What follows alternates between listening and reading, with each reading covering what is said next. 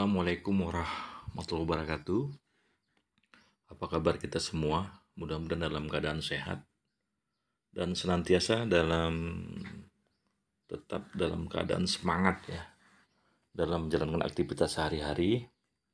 Pertama saya mengucapkan minal aizin wal faizin. Mohon maaf lahir dan batin ya.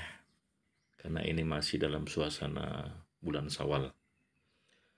Oke, kita hari ini kembali bertemu dalam video perkuliahan kita.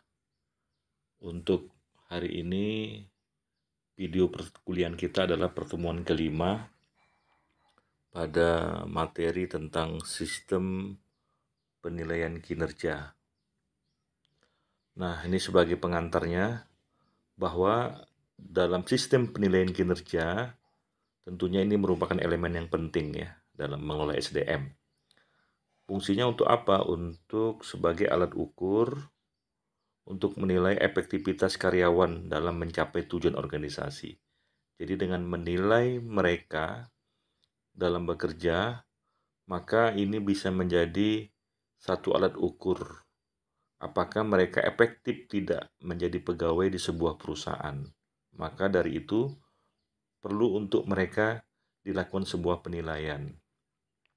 Nah, jadi juga penilaian kinerja ini bukan sekedar untuk pemberian kompensasi atau promosi ya, tetapi juga ini juga dalam upaya untuk memberikan satu pelatihan dan pengembangan pegawai.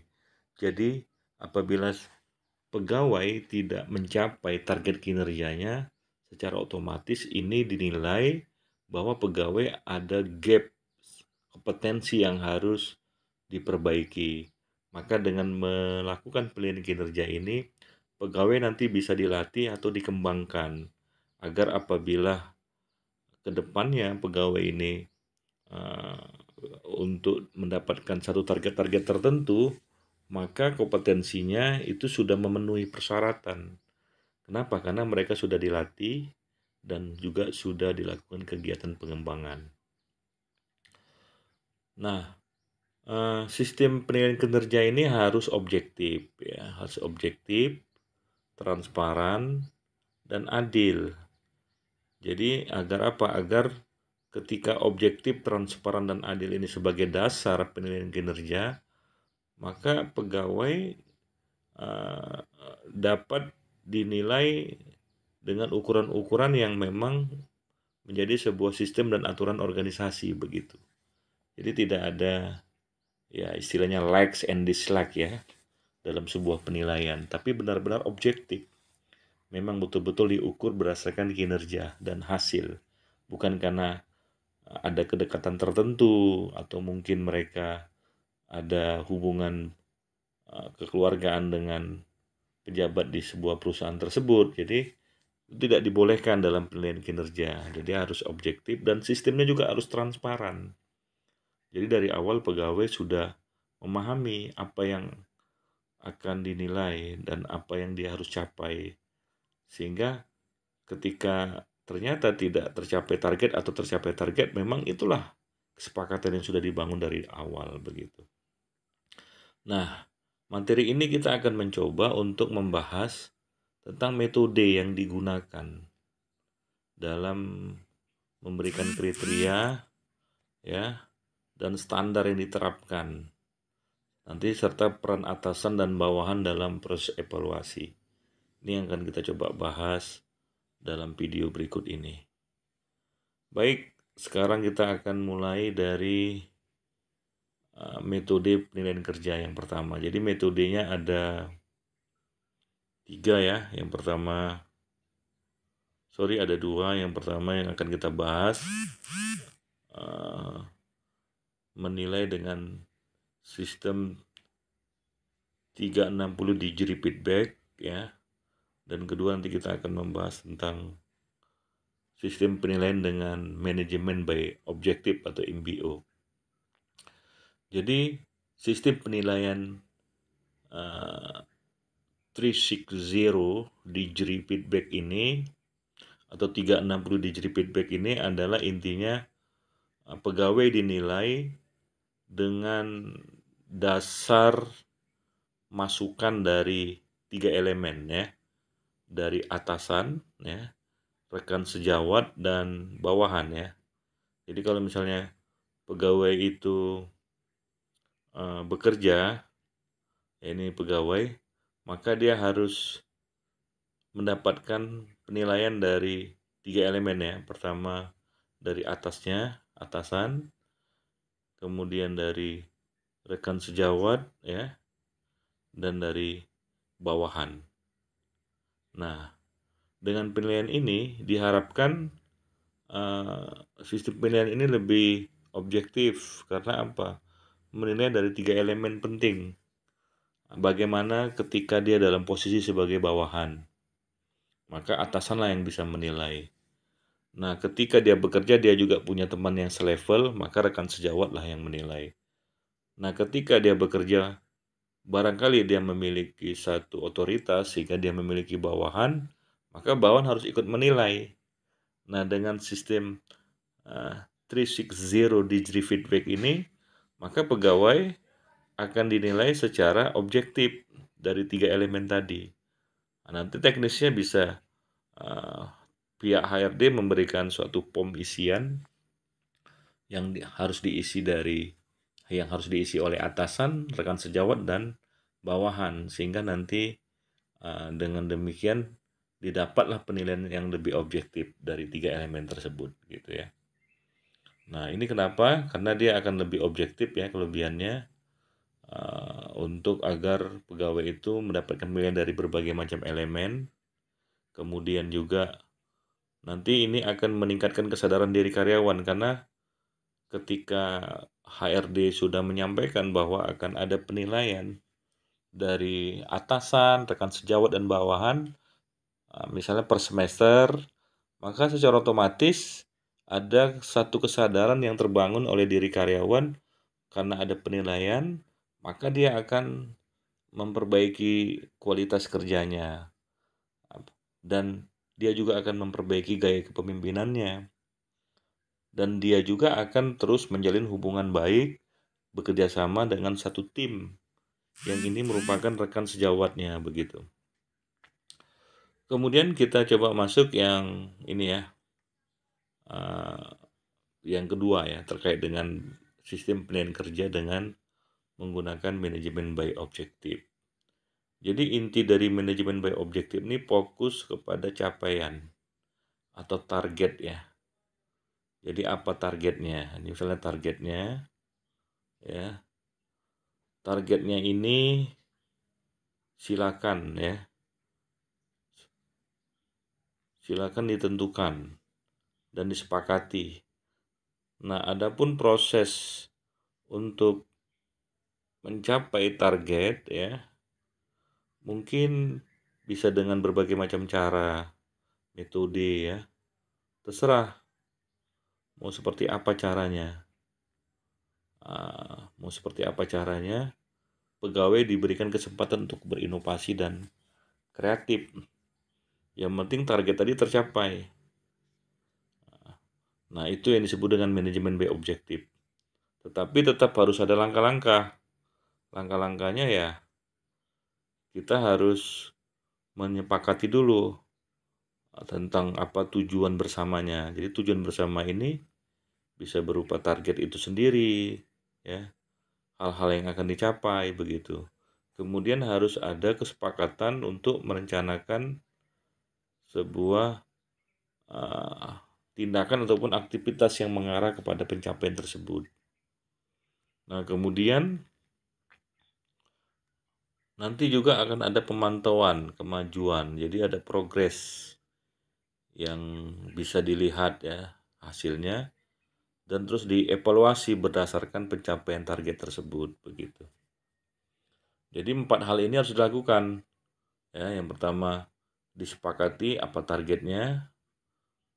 Kalau dia dalam bentuk uang berapa rupiah, dalam bentuk jumlah berapa unit gitu. Kemudian harus menyusun rencana tindakannya.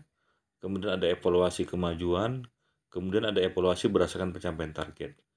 Apabila 4 hal ini bisa dilakukan, maka nanti baru bisa terwujud ya sistem manajemen baik objektif ya. Oke, jadi MBO ini meningkatkan keterlibatan karyawan karena mereka merasa memiliki kontribusi terhadap sasaran organisasi. Artinya, keterlibatan ini disebabkan karena karyawan diberikan kesempatan untuk berinovasi ya, mencapai target yang diinginkan berdasarkan kreativitas dan inovasinya. Walaupun tetap ada sistem evaluasi yang harus dilakukan begitu.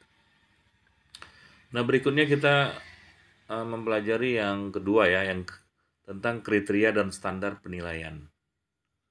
Bagaimana tentang kriteria dan standar penilaian ini? Jadi penilaian itu bisa dilihat dari dua aspek ya. Jadi sebuah kinerja itu sesungguhnya bisa dinilai dari dua aspek. Yang pertama dalam aspek kuantitatif, yang kedua dalam aspek kualitatif. Nah, kalau kuantitatif ini keluarannya berarti angka ya. Berapa target penjualan, ya target penjualannya berapa, kemudian berapa unit yang bisa terjual. Nah, itu lebih kepada kuantitatif.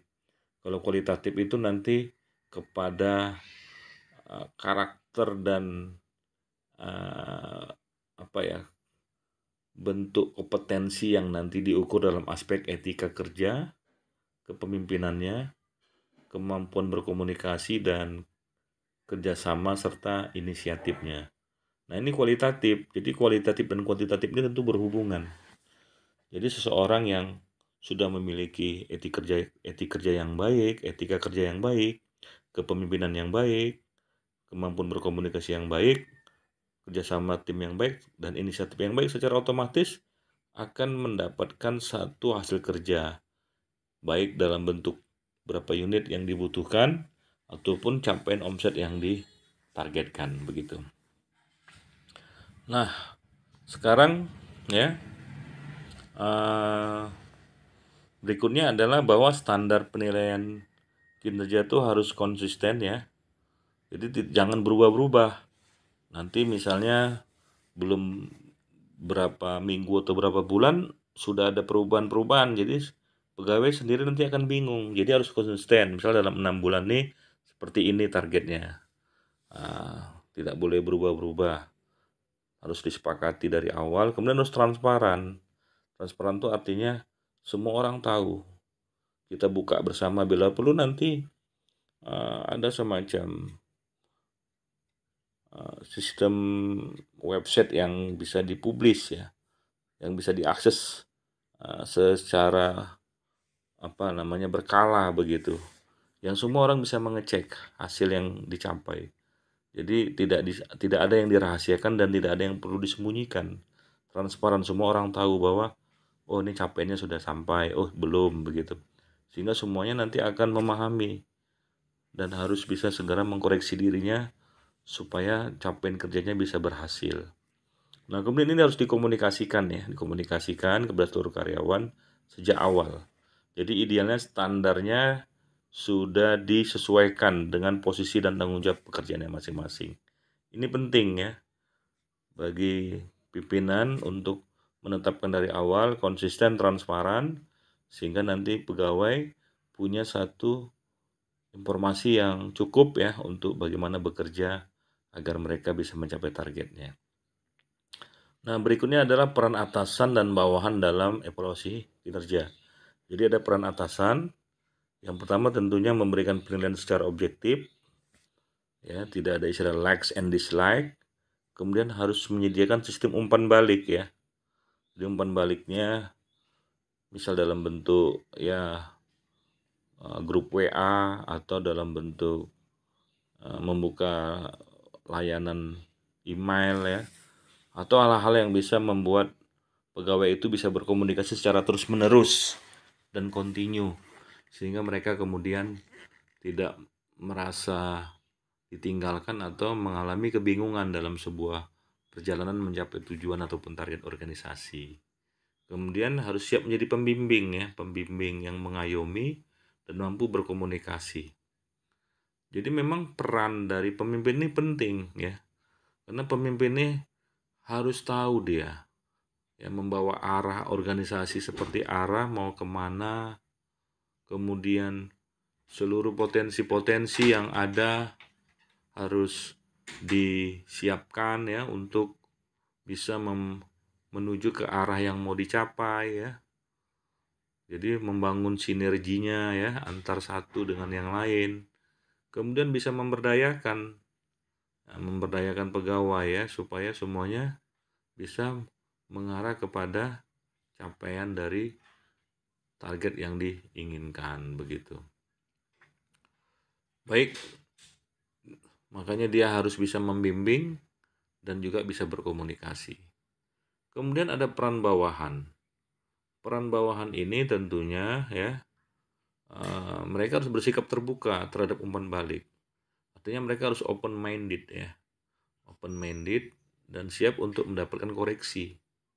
Dan juga harus siap melakukan refleksi, perenungan, evaluasi diri. Supaya apabila ada hal-hal yang belum tercapai bisa segera diperbaiki. Kemudian punya semangat untuk berkontribusi. Ya, berkontribusi dalam menetapkan dan mencapai tujuan untuk perbaikan kinerja ke depan.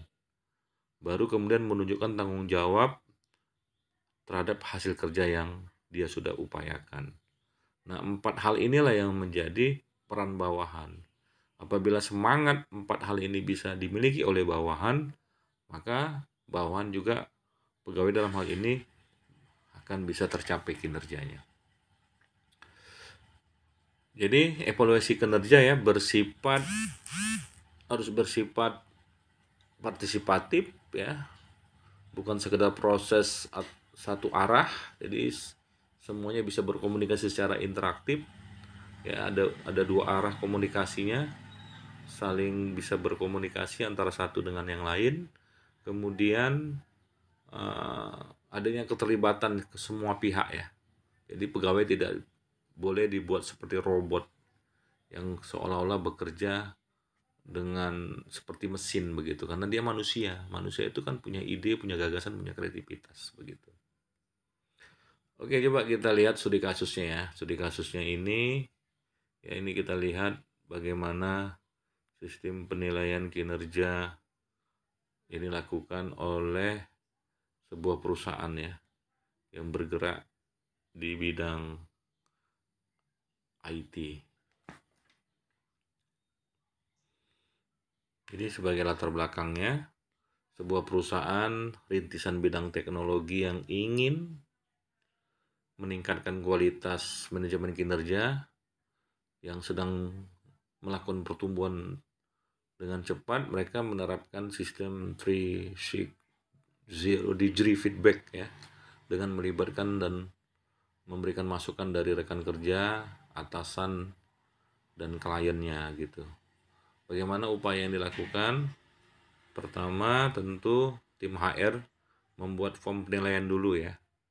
Form penilaian secara online. Ini bisa melalui Google Form.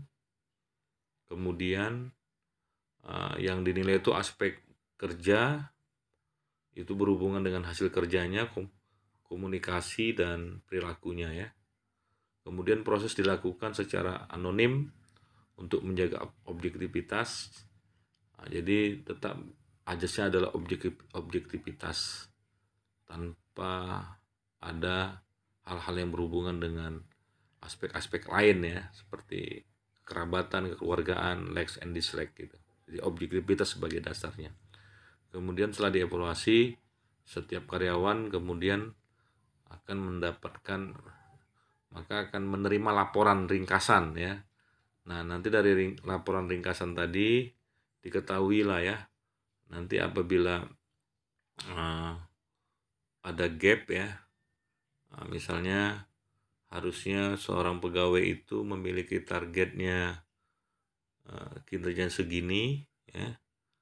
Ya, misalnya kita buat grafiknya seperti ini ya. Ternyata dalam ringkasannya mereka hanya tercapainya hanya mungkin 70% ya. Berarti masih ada yang harus diperbaiki sekitar 30% lagi. Nah, ini yang kemudian dibuat sebuah pelatihan ya, atau di coaching, dibimbing, sehingga target yang tidak tercapai tadi ini bisa tertutupi dengan sesi coaching kepada pegawai tersebut. Nah, dengan begitu hasilnya nanti akan terjadi peningkatan kualitas kinerja, kemudian manajer juga mendapatkan informasi ya tentang apa yang harus dilakukan ya. Kemudian nanti akan ada tindakan pengembangan yang bisa dilakukan kepada pegawai tersebut. Baik, itu ya materi kita pada hari ini. Ini daftar pustakanya bisa dipelajari. Nah, nanti apabila ada hal-hal yang belum dipahami bisa kita diskusikan lebih lanjut ya di dalam kegiatan belajar melalui video ini. Demikian, terima kasih. Assalamualaikum warahmatullahi wabarakatuh.